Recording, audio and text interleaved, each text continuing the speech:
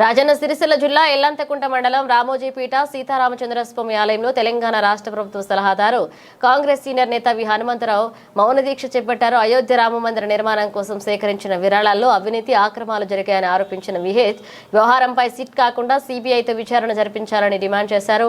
ఈ అంశంపై రాష్ట్ర వ్యాప్తంగా రామాలయాల్లో నిరవధిక మౌన దీక్షలు చేపడతామన్నారు. రేపు భద్రాద్రి సీతారామస్వామి ఆలయంలో ఈ నెల 19న ఢిల్లీలోని జంతర్ మంతర్ వద్ద కూడా మౌన దీక్ష నిర్వహిస్తామని ప్రకటించారు.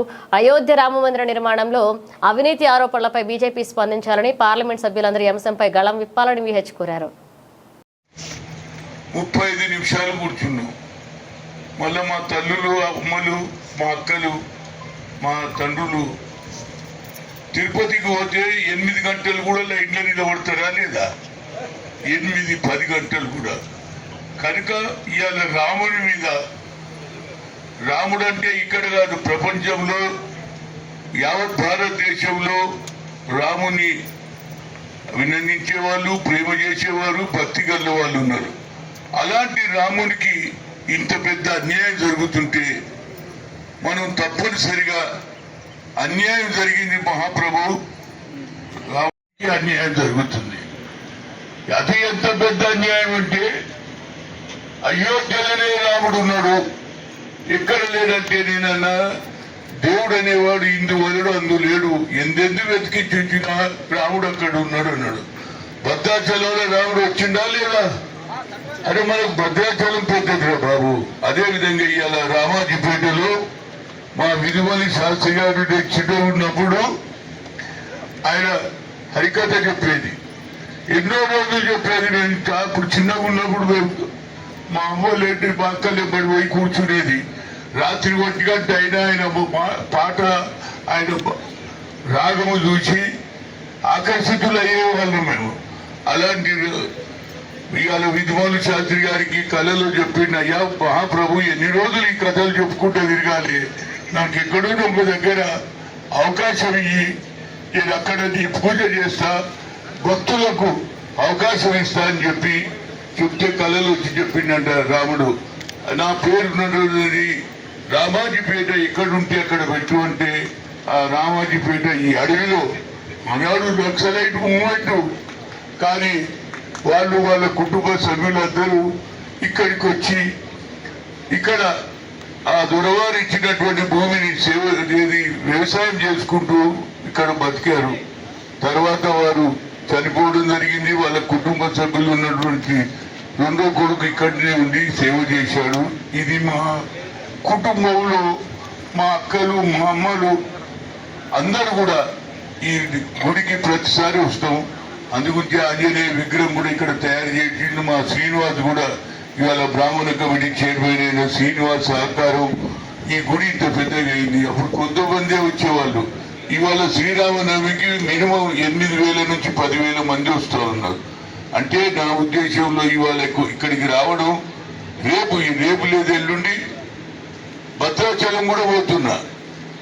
అయోధ్యకి ఎంత ఇంపార్టెంటో మన భద్రాచలంకు అంతే ఇంపార్టెంట్.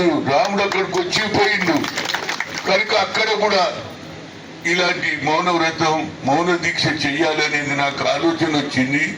దానికి కారణం ఏంటంటే మనం పత్రికలలో అందరికి సెల్ ఫోన్లు ఉన్నాయి.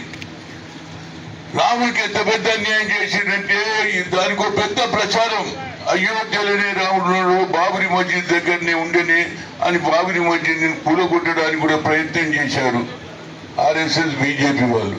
అయినా సుప్రీంకోర్టు కొన్ని రోజుల వరకు దాన్ని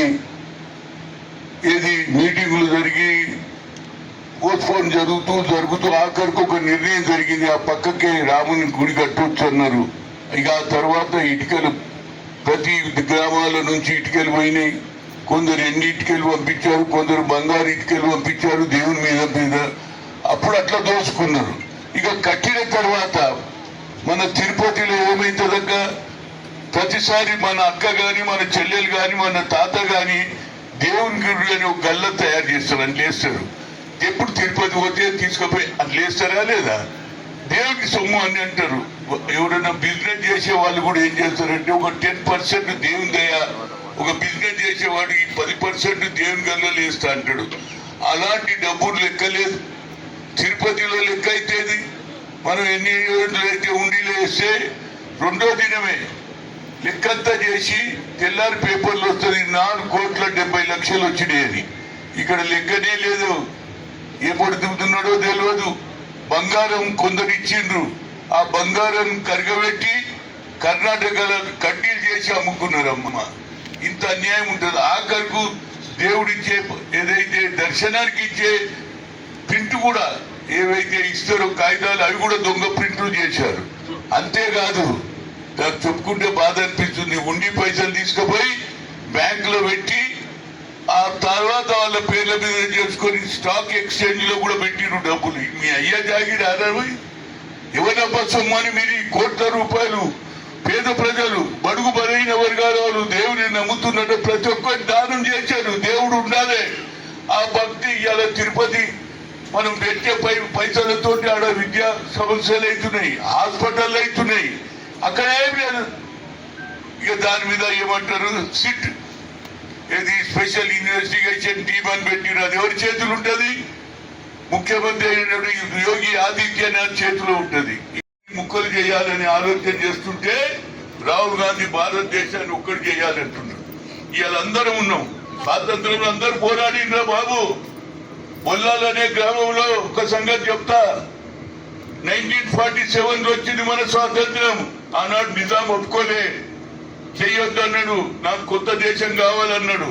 కానీ అదే పిల్లలు ఆ స్కూల్లో పిల్లలు చదువుతున్నట్టు బడుగు బలైన వర్గాల పిల్లలు 10 మంది 40 ఏళ్ళు అయితే ఎక్కియలేదని 48లో జెండా ఎక్కించినాక ఆ 10 మంది గుర్రాల మీద వచ్చి అందరినీ సప్పేసాడు. టిక్ టిక్ టిక్ టిక్ సాయుధ పోరాటం అన్న కమ్యూనిస్టులకే తెలియదు. నాకు తెలిస్తే అడబోయి స్తూపం కట్టించిన.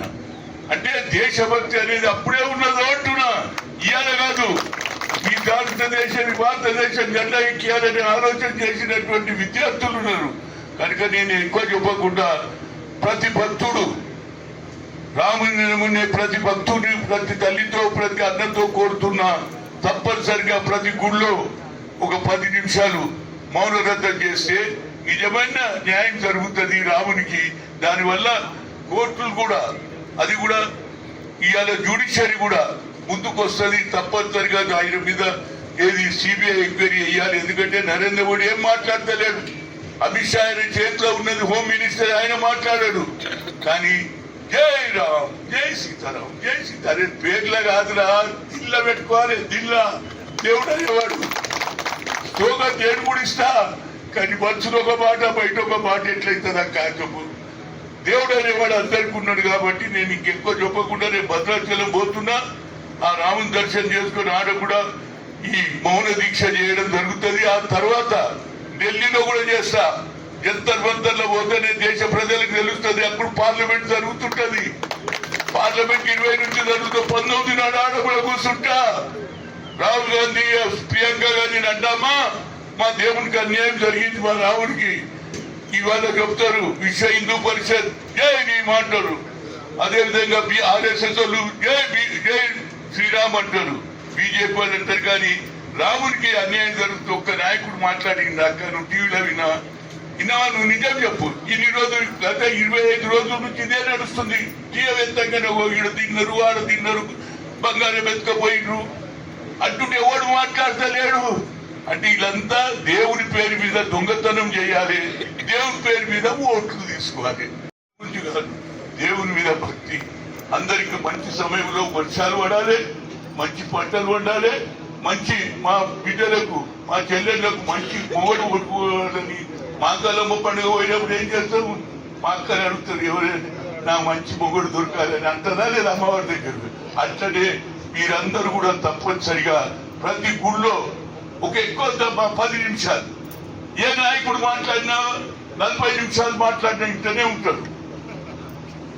అదే నాయకుడు తిన్నప్పుడు మన దేవుని గురించి కూడా మనం వినాలన్నా లేదు. నేను మాట్లాడతాను వింటుండ్రా లేదా, కానీ భక్తి అనేది కూడా ఉండాలి. దేవుని మీద భక్తి, నా మీద కాదమ్మో. నేను ఎట్లా నన్ను మీరు చెప్పినాక నా పేరే అంటాను. చెప్పినా చెప్పకపోయినా రాముడు నా గురువు అంతా, నా దేవుడు అంతా. కనుక తప్పి భక్తి ఉన్న వాళ్ళందరూ కూడా ప్రతి గుళ్ళో ఎక్కువ లేదు 5 నిమిషాలు 10 నిమిషాలు మనోరక్తం చేస్తే దేవుడు అంటారే నా భక్తులకు చుడిత నా మీద అన్యాయం జరిగితే వీళ్ళు నా గురించి ఏది మూల దీక్ష చేస్తున్నానని తెలిస్తే సరి అయిన బుద్ధి ఆ బీజేపీ నాయకులకు ఆర్ఎస్ఎస్ నాయకులకు విశ్వ హిందూ నాయకులకు నరేంద్ర మోడీకి అమిత్ షాకు తెలియాలన్న ఉద్దేశంతో ఇక్కడికి వచ్చా. ఓట్ల గురించి రాలేదక్కో, ఓట్లు వేసినప్పుడు మళ్ళీ వస్తా, అది వేరే స్పీచ్ ఉంటుంది, ఇది దేవుడి స్పీచ్. మీరందరూ విన్నారు కాబట్టి మీ అందరికీ పేరు పేరున వచ్చిన అక్కలందరూ కూడా మనవాడు ఎవరు శ్రీనివాసు, అదేవిధంగా మా సత్యనారాయణ గారు, అదేవిధంగా మా ఆది శ్రీను మంచి భోజనాలు పెట్టిన భోజనాలు తిరిగిపోతాయి. హనుమంతన్న మాట్లాడిన పోయేటప్పుడు ఊగులు అంటారు, ఏం మాట్లాడిండే ఇంత తినలేదు అంటారు. కానీ ఎట్లా ఉప్పు తక్కువ ఉన్నదో లేకుంటే కారం తక్కువ ఉందని తిట్టొస్తుంది, ఏదున్నా తిరిగిపోతే సెలవు తీసుకుంటారు. Thank you. మౌన దీక్ష అంటే 35 నిమిషాలు ఇప్పుడు అవుతుంది కాబట్టి నేను 1 తర్వాత 1:35కు నేను అప్పుడు లాస్ట్ లో మాట్లాడతా. దయచేసి అందరూ రాముని మీద నిజమైన భక్తి, అన్యాయం జరిగిందని అనుకున్న ప్రతి పౌరుడు రాముడు మీద ఉన్నటువంటి అభిమానం, నా పేరే హనుమంతుడు కాబట్టి నేను కరెక్ట్ 1 గంట నుంచి 1:35 నిమిషాలు అందరూ కూడా మౌనంగా ఎవరు మాట్లాడవద్దు, నో కంప్లీట్ డిసిప్లిన్. రాముడా నీకు అన్యాయం జరిగింది, ఈ అన్యాయాన్ని మేము ఏ విధంగా పూడ్చాలని అన్ని గుళ్ళల్లో కూడా రేపటి నుంచి అన్ని గుళ్ళల్లో కూడా ఇలాంటి కార్యక్రమం జరిగితే ప్రజలలో ఆలోచన వస్తుంది, దేవుని మీద భక్తి వస్తుంది. వాళ్ళకు దేవుని మీద భక్తి కంటే ప్రజల మీద డబ్బు మీద భక్తి ఉన్నదని చూపించడానికి ఇప్పుడు మౌన దీక్ష మొదలవుతుంది. దయచేసి బాబు నిలబడితే నాకు మంచిగా అనిపించదు. మౌన దీక్ష అంటే అందరూ కూర్చోవాలి ప్లీజ్. దయచేసి రాముని మీద భక్తి, దేవుని మీద భక్తి ఉన్న ప్రతి పౌరుడు అన్యాయం జరుగుతుంది అంటే ఒక 35 నిమిషాలు మీరు కింద కూర్చోలేరా అంటున్నా. నేను కూడా కింద కూర్చుంటు, కానీ మొన్ననే నా కాలుకు దెబ్బ తగిలింది కాబట్టి లేకుంటే నేను కూడా కూర్చుంది. దయచేసి అందరు కూర్చోవాలని కోరుతూ సెలవు. స్టార్ట్ మౌన దీక్ష. Thank you. చెప్పు, రాముని సొమ్ము ఎవరు తింటారు చెప్తాం, కడుపు అంతదా లేదా? అదే ఏదైనా ఉపయోగం అవుతుంది. అక్కడ ఉన్న తిరుపతిలో ఇవాళ ఏది హాస్పిటల్ కట్టిస్తున్నారు, డెవలప్మెంట్ చేస్తున్నారు, పిల్లలకు చదువు చెప్తున్నారు. ఈడ ఏం లేదు. అదే నరేంద్ర మోడీ ఇంతవరకు మాట్లాడారు, ఇతర దేశాల్లో పోయి ఆయన పెద్ద పెద్ద అవార్డ్స్ తీసుకుంటున్నాడు.